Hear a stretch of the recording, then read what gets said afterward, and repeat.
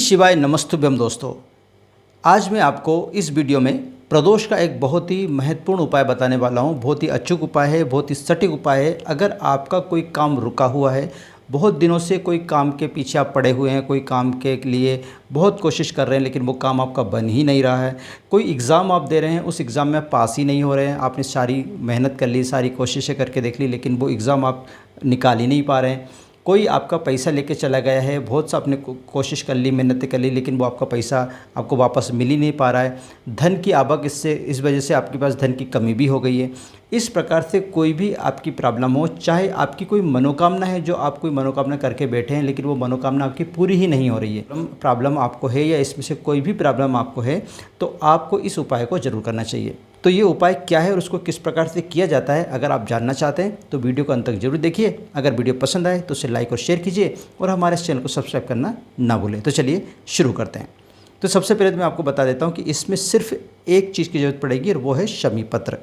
शमी पत्र की इसमें ज़रूरत पड़ने वाली, बाकी कोई सामग्री इसमें नहीं लगने वाली। इस उपाय को आप सिर्फ और सिर्फ प्रदोष के दिन में ही करें और साथ में प्रदोष काल में ही करना है। प्रदोष का दिन होना जरूरी है और प्रदोष काल होना जरूरी है।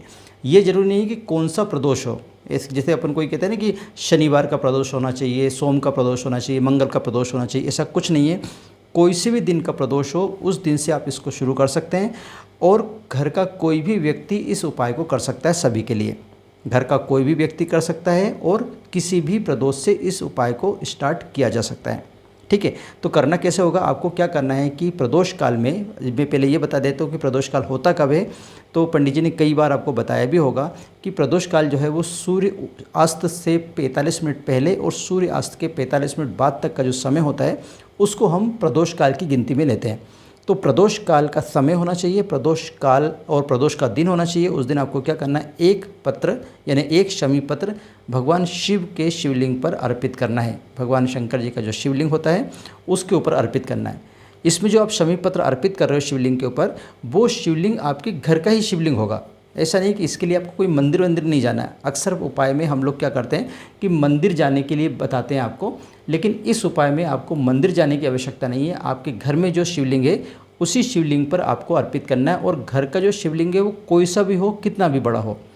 ऐसा जरूर नहीं है कि पारद का शिवलिंग होना जरूरी है, ऐसा जरूर नहीं है कि मिट्टी का शिवलिंग होना चाहिए, ऐसा जरूर नहीं कि काले कलर का ही शिवलिंग होना चाहिए जरूरी है।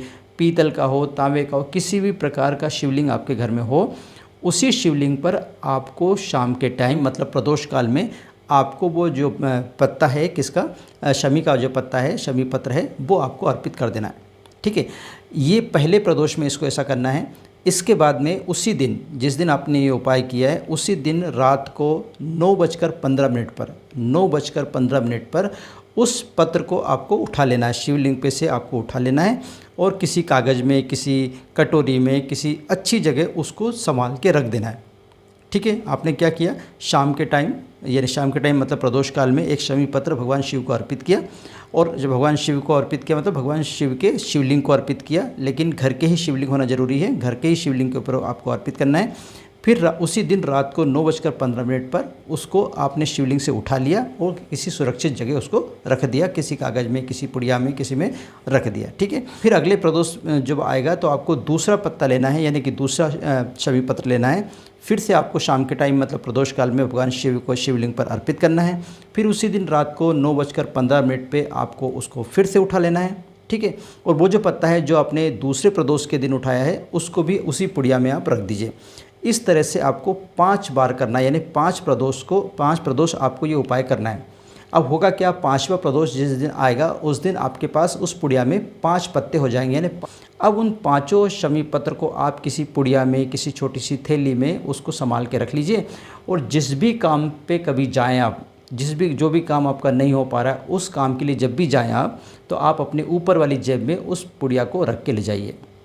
आपका काम 100% होगा, वो कभी रुक नहीं सकता। अगर आपने ये उपाय अच्छे से किया, श्रद्धा से किया, बिना किसी गलती के किया, तो आपका जो काम है वो कभी नहीं रुकेगा। यानी कि अगर कोई किसी परीक्षा में आप जा रहे हैं तो उस पुड़िया को आप अपने ऊपर वाली जेब में रख के ले जाइए, या फिर अब किसी से कोई डील करने जा रहे हैं तो आप उसको अपने साथ अपने पॉकेट में रख के ले जाइए। किसी भी टाइप का कोई काम के लिए जा रहे हैं जो आप बहुत दिनों से कोशिश कर रहे हैं वो नहीं हो पा रहा है, तो आप इस पुड़िया को अपनी ऊपर वाली जेब में रख के ले जाइए। निश्चित तौर पर आपका ये काम सफल होगा।